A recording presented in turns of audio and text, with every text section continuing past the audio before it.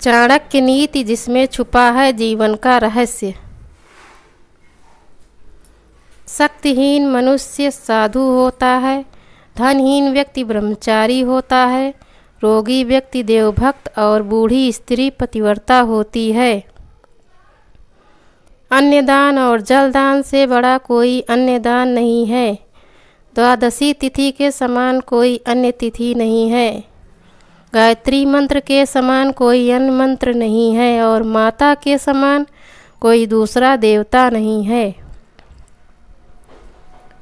मूर्ख छात्रों को पढ़ाने तथा दुष्ट स्त्री के पालन पोषण से और दुखियों के साथ संबंध रखने से बुद्धिमान व्यक्ति भी दुखी होता है। तात्पर्य यह है कि मूर्ख शिष्य को कभी भी उचित उपदेश नहीं देना चाहिए। पतित आचरण करने वाली स्त्री की संगति करना तथा दुखी मनुष्यों के साथ समागम करने से विद्वान तथा भले व्यक्ति को दुखी उठाना पड़ता है।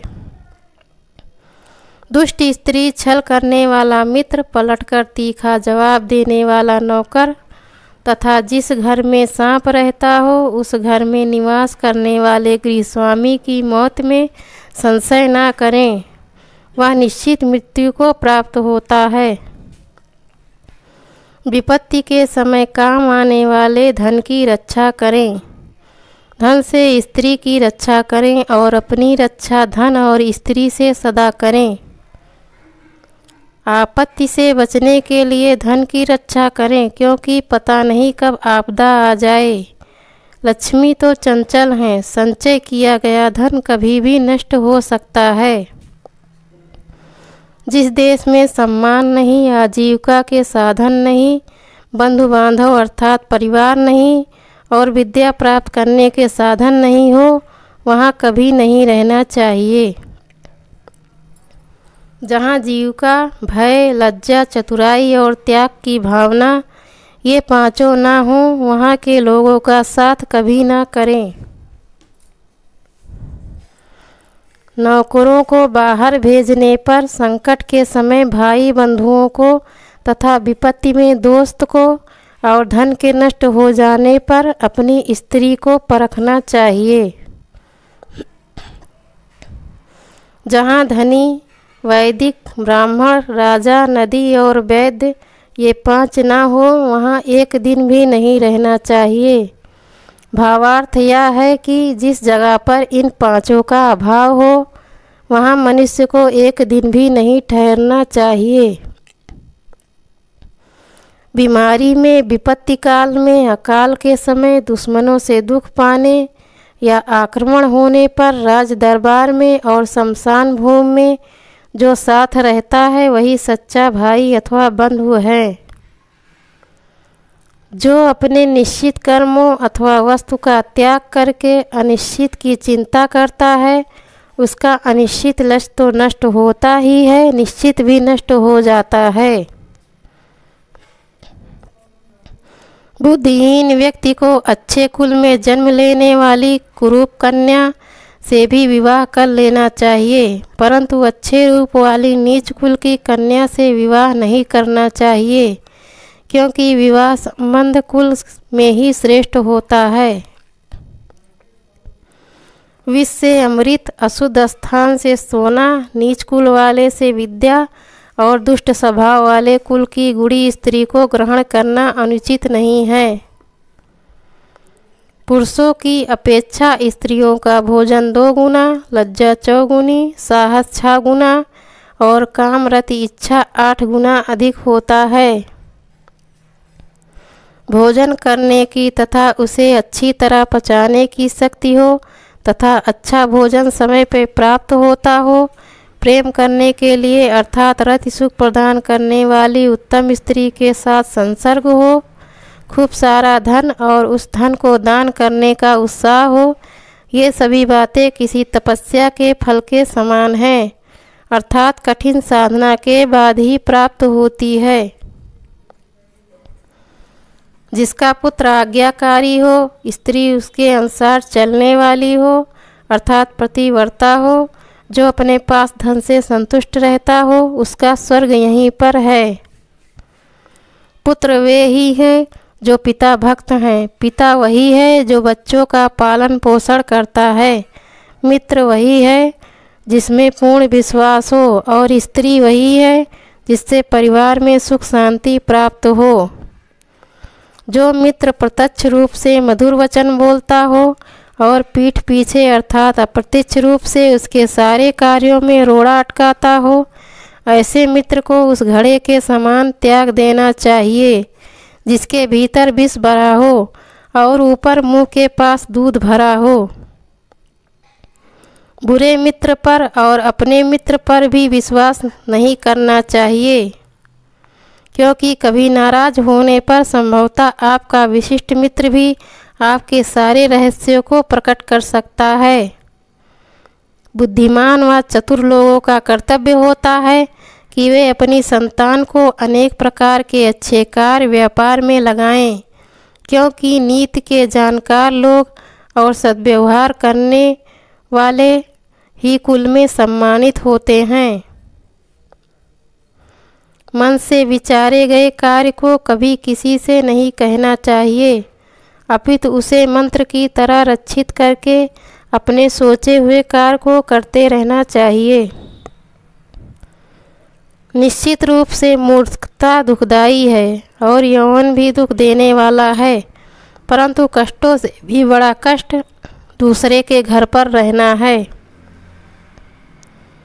हर एक पर्वत में मणि नहीं होती और हर एक हाथी में मुक्ता मणि नहीं होती। साधु लोग सभी जगह नहीं मिलते और हर एक वन में चंदन के वृक्ष नहीं होते हैं।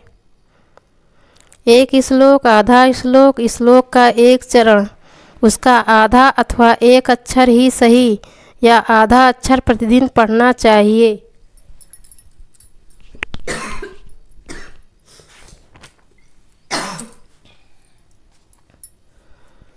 जो माता पिता अपने बच्चों को नहीं पढ़ाते वे उनके शत्रु हैं।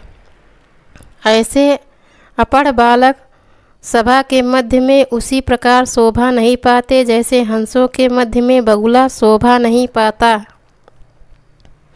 अत्यधिक लाड प्यार से पुत्र और शिष्य गुणहीन हो जाते हैं और ताड़ना से गुणी हो जाते हैं। भाव यही है कि शिष्य और पुत्र को यदि ताड़ना का भय रहेगा तो वे गलत मार्ग पर नहीं जाएंगे। स्त्री का वियोग अपने लोगों से अनाचार, कर्ज का बंधन, दुष्ट राजा की सेवा, दरिद्रता और अपने प्रतिकूल सभा, ये सभी अग्नि न होते हुए भी शरीर को दग्ध कर देते हैं।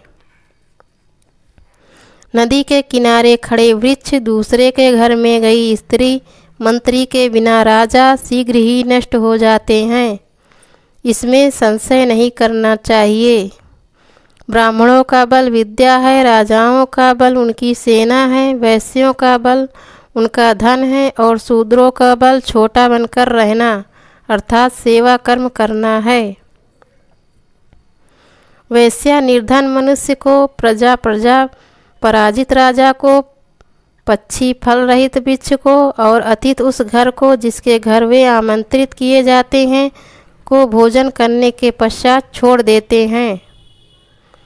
ब्राह्मण दक्षिणा ग्रहण करके यजमान को, शिष्य विद्या अध्ययन करने के उपरांत अपने गुरु को और हिरण जले हुए वन को त्याग देते हैं। बुरा आचरण अर्थात दुराचारी के साथ रहने से, पाप दृष्टि रखने वाले का साथ करने से तथा अशुद्ध स्थान पर रहने वाले से मित्रता करने वाला शीघ्र नष्ट हो जाता है। अति सुंदर होने के कारण सीता का हरण हुआ, अत्यंत अहंकार के कारण रावण मारा गया, अत्यधिक दान के कारण राजा बलि बांधा गया। अतः सभी के लिए अति ठीक नहीं है। सर्वथा वर्जेत, अति को छोड़ देना चाहिए। मनुष्य का आचरण व्यवहार उसके खानदान को बताता है। भाषण अर्थात उसकी बोली से देश का पता चलता है। विशेष आदर सत्कार से उसके प्रेम भाव का तथा उसके शरीर से भोजन का पता चलता है। मित्रता बराबर वालों में शोभा पाती है। नौकरी राजा की अच्छी होती है, व्यवहार में व्यापारी और घर में सुंदर स्त्री शोभा पाती है। दोष किसके कुल में नहीं है? कौन ऐसा है जिसे दुख ने नहीं सताया? अवगुण किसे प्राप्त नहीं हुए? सदैव सुखी कौन रहता है? कन्या का विवाह अच्छे कुल में करना चाहिए। पुत्र को विद्या के साथ जोड़ना चाहिए। दुश्मन को विपत्ति में डालना चाहिए और मित्र को अच्छे कार्यों में लगाना चाहिए। दुर्जन और सर्प के सामने आने पर सर्प का वरण करना उचित है, ना कि दुर्जन का, क्योंकि सर्प तो एक ही बार डसता है, परंतु दुर्जन व्यक्ति कदम कदम पर बार बार डसता है। राजा खानदानी लोगों को ही अपने पास एकत्र करता है, क्योंकि कुलीन अर्थात अच्छे खानदान वाले लोग प्रारंभ में, मध्य में और अंत में राजा को किसी भी दशा में नहीं त्यागते।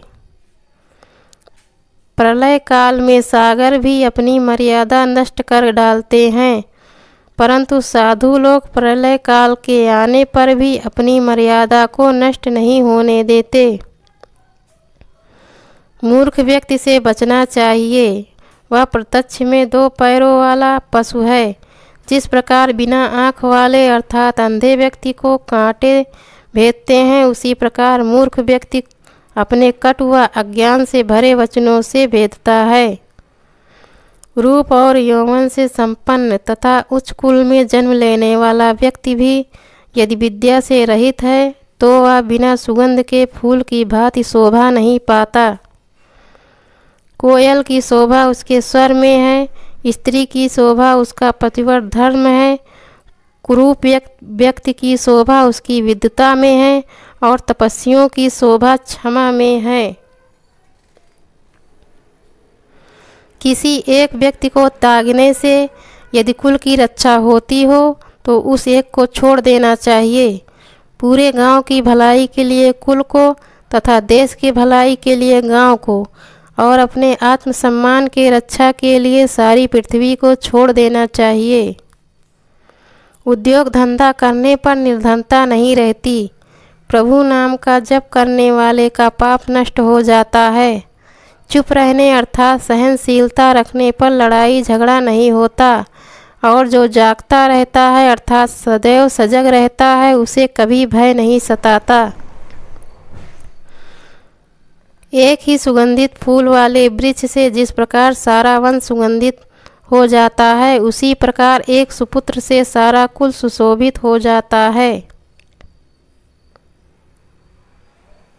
जिस प्रकार चंद्रमा से रात्रि की शोभा होती है, उसी प्रकार एक सुपुत्र अर्थात साधु प्रकृति वाले पुत्र से कुल आनंदित होता है। आग से जलते हुए सूखे वृक्ष से सारा वन जल जाता है, जैसे कि एक नाव पर कुपुत्र लड़के से कुल का नाश हो जाता है। शोक और दुख देने वाले बहुत से पुत्र पैदा करने से क्या लाभ है? कुल को आश्रय देने वाला एक ही पुत्र सबसे अच्छा होता है।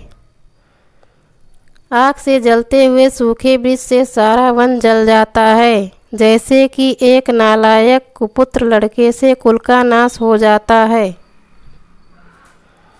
पुत्र से 5 वर्ष तक प्यार करना चाहिए, उसके बाद 10 वर्ष तक अर्थात 15 वर्ष की आयु तक उसे दंड आदि देते हुए अच्छे कार्यों की ओर लगाना चाहिए। 16वां साल आने पर मित्र जैसा व्यवहार करना चाहिए। संसार में जो कुछ भी भला बुरा है उसका उसे ज्ञान कराना चाहिए। देश में भयानक उपद्रव होने पर, शत्रु के आक्रमण के समय, भयानक दुर्भिक्ष अकाल के समय, दुष्ट का साथ होने पर जो भाग जाता है वही जीवित रहता है। जहाँ मूर्खों का सम्मान नहीं होता, जहाँ अन्न भंडार सुरक्षित रहता है, जहाँ पति पत्नी में कभी झगड़ा नहीं होता, वहाँ लक्ष्मी बिना बुलाए ही निवास करती हैं और उन्हें किसी प्रकार की कमी नहीं रहती। जिसके पास धर्म, अर्थ, काम, मोक्ष इनमें से एक भी नहीं है, उसके लिए अनेक जन्म लेने का फल केवल मृत्यु ही होता है। यह निश्चय है कि शरीरधारी जीव के गर्भकाल में ही आयु, कर्म, धन, विद्या, मृत्यु इन पांचों की सृष्टि साथ ही साथ हो जाती है। साधु महात्माओं के संसर्ग से पुत्र, मित्र, बंधु और जो अनुराग करते हैं वे संसार चक्र से छूट जाते हैं और उनके कुल धर्म से उनका कुल उन्नत बल हो जाता है। जिस प्रकार मछली देख रेख से, कछुई चिड़िया स्पर्श से, चोंच द्वारा सदैव अपने बच्चों का पालन पोषण करती है, वैसे ही अच्छे लोगों के साथ से सर्व प्रकार से रक्षा होती है। बुरे ग्राम का वास, नीच कुल की सेवा, बुरा भोजन, झगड़ालू स्त्री, मूर्ख लड़का, विधवा कन्या ये छह बिना अग्नि के भी शरीर को जला देते हैं। यह शरीर जब तक निरोग है या जब तक मृत्यु नहीं आती तब तक मनुष्य को अपने सभी पुण्य कर्म कर लेने चाहिए, क्योंकि अंत समय आने पर वह क्या कर पाएगा। विद्या कामधेनु के समान सभी इच्छाएं पूर्ण करने वाली है। विद्या से सभी फल समय पे प्राप्त होते हैं। परदेश में विद्या माता के समान रक्षा करती है। विद्वानों ने विद्या को गुप्त धन कहा है, अर्थात विद्या वह धन है जो आपातकाल में काम आती है। इसका ना तो हरण किया जा सकता है, ना इसे चुराया जा सकता है। बहुत बड़ी आयु वाले मूर्ख पुत्र की अपेक्षा पैदा होते ही जो मर गया वह अच्छा है, क्योंकि मरा हुआ पुत्र कुछ देर के लिए ही कष्ट देता है, परंतु मूर्ख पुत्र जीवन भर जलाता है। राजा लोग एक ही बार बोलते हैं, आज्ञा देते हैं। पंडित लोग किसी कर्म के लिए एक ही बार बोलते हैं, बार बार श्लोक नहीं पढ़ते। कन्याएं भी एक ही बार दी जाती हैं। ये तीन एक ही बार होने से विशेष महत्व रखते हैं। उस गाय से क्या लाभ जो ना बच्चा जने और ना ही दूध दे। ऐसे पुत्र के जन्म लेने से क्या लाभ जो ना विद्वान हो, ना किसी देवता का भक्त हो। इस संसार में दुखों से दग्ध प्राणी को तीन बातों से सुख शांति प्राप्त हो सकती है: सुपुत्र से, पतिव्रता स्त्री से और संगत से। तपस्या अकेले में, अध्ययन पढ़ाई 2 के साथ, गाना 3 के साथ, यात्रा 4 के साथ, खेती 5 के साथ और युद्ध बहुत से सहायकों के साथ होने पर ही उत्तम होता है। पत्नी वही जो पवित्र और चतुर है, पतिव्रता है। पत्नी वही जिस पर पति का प्रेम है। पत्नी वही जो सदैव सत्य बोलती है। बिना पुत्र के घर सूना है, बिना बंधु बांधवों के दिशाएं सूनी हैं। मूर्ख का हृदय भावों से सूना है। दरिद्रता सबसे सूनी है, अर्थात दरिद्रता का जीवन महाकष्टकारक है। बार बार अभ्यास न करने से विद्या विष बन जाती है। बिना पचा भोजन विष बन जाता है। दरिद्र के लिए स्वजनों की सभा या साथ और वृद्धों के लिए युवा स्त्री विष के समान होती है। दयाहीन धर्म को छोड़ दो, विद्याविहीन गुरु को छोड़ दो, झगड़ालू और क्रोधी स्त्री को छोड़ दो और स्नेहविहीन बंधु बांधवों को छोड़ दो।